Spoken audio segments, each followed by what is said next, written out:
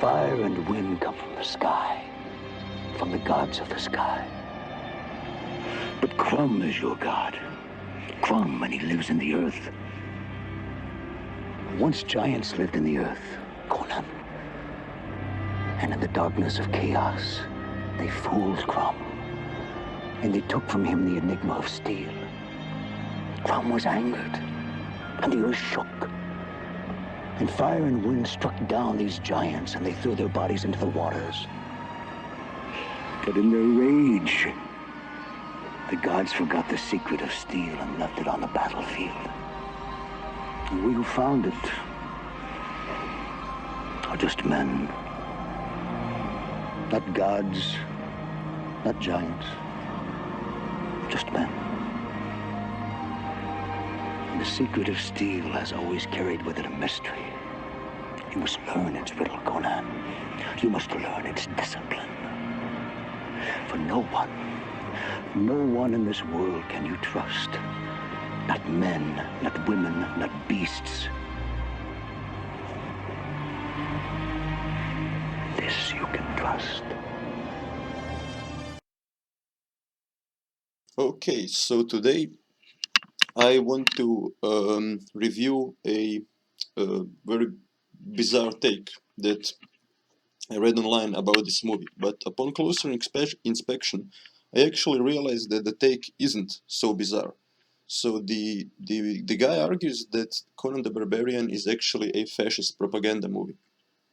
And okay, let me first steelman the argument before I tell you why I ultimately disagree with the take. And I probably disagree partially because I don't want it to be true, because I really like Conan the Barbarian and I grew up watching that movie. So the guy argues that Conan the Barbarian was made in the Ronald Reagan era of the American politics. And the movie does embody the virtues of the era, like hypermasculinity, individualism, and one might even say racism.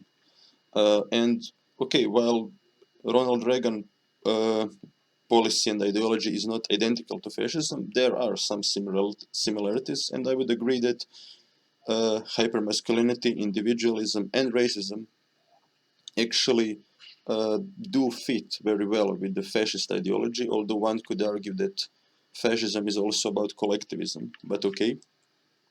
But some people consider the movie to be racist because Schwarzenegger, as a white Aryan dude, ends up killing a evil black wizard in the end of the movie. But okay, the guy argues that Tulsa Doom represents communism, and the people that follow him are the like peasant masses that follow Mao and Stalin. And Conan, on the other hand, he represents Ronald Reagan. Why is that the case? Because they are both. So Reagan presented himself as an anti-establishment outlaw type of person that became the president, and Conan is outlaw and a thief before he becomes the king. At least in the books he does. In the movie it is only implied that later he will become the king. But okay, let me continue still manning his point. So he says that the essential message that Conan's father tells to Conan, you can only trust steel, this you can trust, he says, and points at the sword, is kind of a fascist message and an homage to that cult Bismarck statement. And that is, I'm paraphrasing, the fate of Prussia will not be made with peace and diplomacy, but with Blut und Eisen, iron and blood.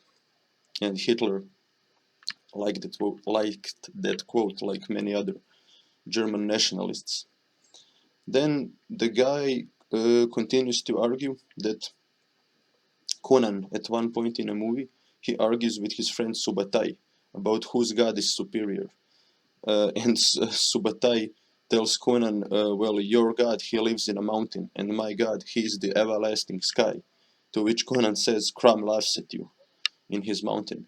And the guy thinks that Conan here is kind of representing this supremacist idea that Nordic mythology and Nordic culture is superior to Asian culture, because Subatai, after all, is like he's Mongolian, like he looks like a Mongolian.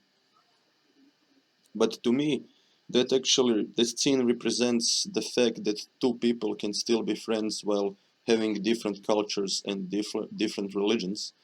And the movie is actually very critical of religion. Even that scene kind of presents to us two people that just met and they immediately began to argue about what? About their religion. So the guy later continues to argue that scene where Conan is on the tree of woe, that he kind of represents the Aryan image of a Christ, a like blue-haired, blue-eyed, masculine white guy on a, not on a cross, but okay, on a tree. And it is true, the Nazis did have this image of an Aryan Christ, but in my opinion, Conan could be representing so many other mythological figures, like Prometheus, well, hell, even Hercules resembles Jesus in some aspects. Like they're both half god, half man. They both stories are actually redemption stories, but Christ redeems the humanity while Hercules redeems himself. So yeah, I just think that Conan follows this hero's journey just like the Bible follows it. So I don't think that Conan is supposed to be Christ or an Aryan Christ.